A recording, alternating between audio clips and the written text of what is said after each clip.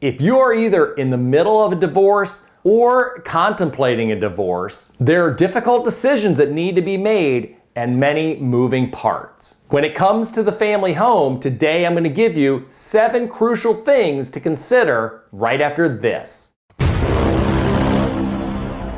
Hi, I'm Kevin Grolig, a real estate agent with Compass located in Potomac, Maryland.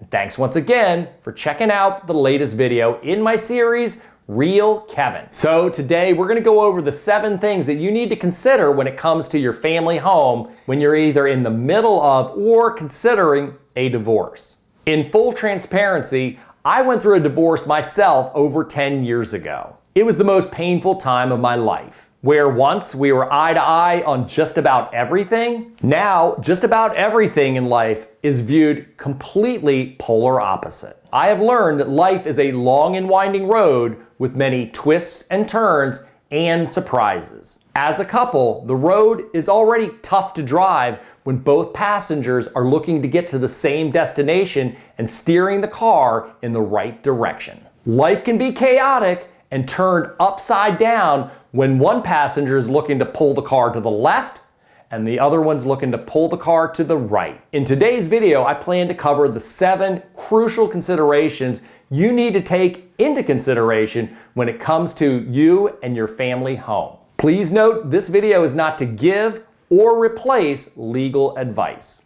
Building a team early on that includes an attorney, real estate agent, and possibly an accountant will be of utmost importance. Number 1, do you have to sell? Every divorce is different. If you wish to stay in the home, you may not need to sell. If your home has a mortgage on it, it would be important to reach out to your mortgage lender early to see what options you have of buying your spouse out or vice versa. Oftentimes, if this is possible, it can be a cleaner and easier break. In the event a buyout is not possible, it may be possible for one spouse to stay in the house while the other children are still at home. Long story short, if you'd like to remain in the house, you should be contacting your lawyer and your mortgage lender early. Number 2, who will stay in the house? It's likely that when the home was purchased, the original intention was for both spouses to be living in the home. At this point, you have 3 options. The first option is both spouses could remain in the house.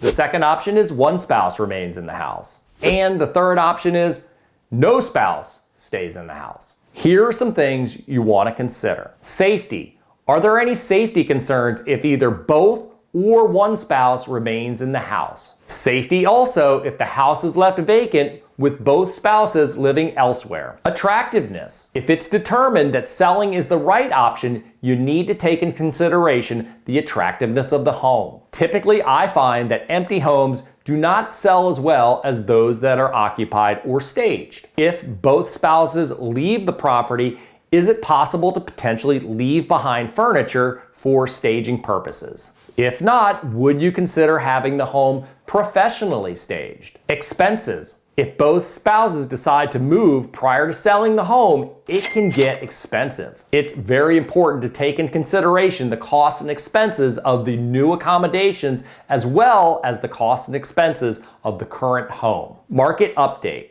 It will be important to have a real estate professional stop by the property to give you a comparable market analysis. This analysis will show you what the likely sales price is of the property, the likely amount of time the property will be on the market, as well as the agent should be able to provide you an estimate of net showing you the net proceeds you stand to receive during the sale of the property. Number 3 on crucial considerations is who will be your realtor. You may be inclined to simply use the agent who sold you the home or a friend who just happens to be in the business. However, I warn you, this could be a mistake. Communications during a divorce can be strained and reaching mutual agreements can be tough. You should look for an agent who has an experienced track record of working with the delicate intricacies and all the emotions that are surrounding a divorce. This agent needs to be rock solid and focused at the task at hand. The agent needs to be able to talk to and communicate with both spouses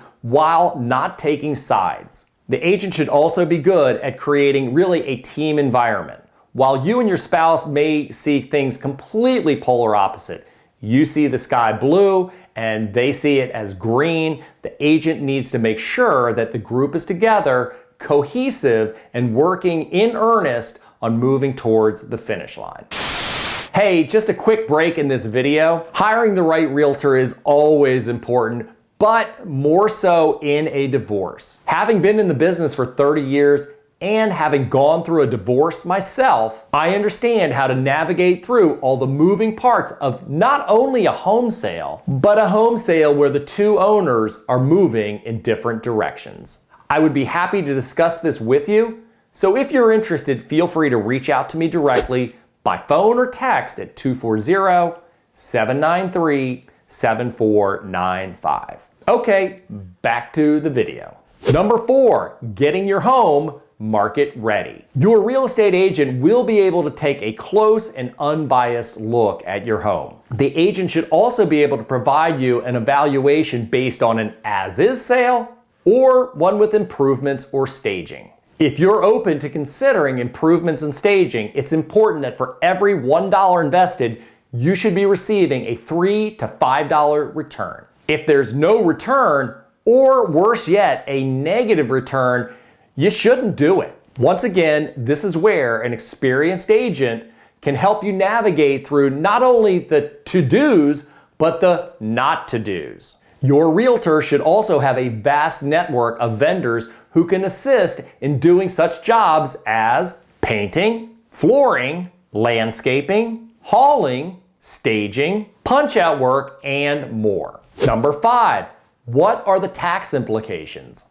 As I mentioned earlier, it's important that your trusted team should have an accountant or tax planner. If you would like a recommendation for someone who specializes in divorce, you should either ask your real estate agent or your lawyer. Selling your home could result in you realizing capital gains or other tax obligations. It is important that you're aware of all associated costs, filing requirements, and how they are divided between you and your spouse prior to listing your home. Number 6, communication and negotiations. Communication and negotiations are always an important part of selling your home, and sometimes these can be very sensitive. If communications are strained between you and your spouse, it will be absolutely critical that there's a plan developed on how the realtor is supposed to communicate with both spouses. Ideally, communication can be made to both at the same time, whether that be in person, teleconference, or Zoom.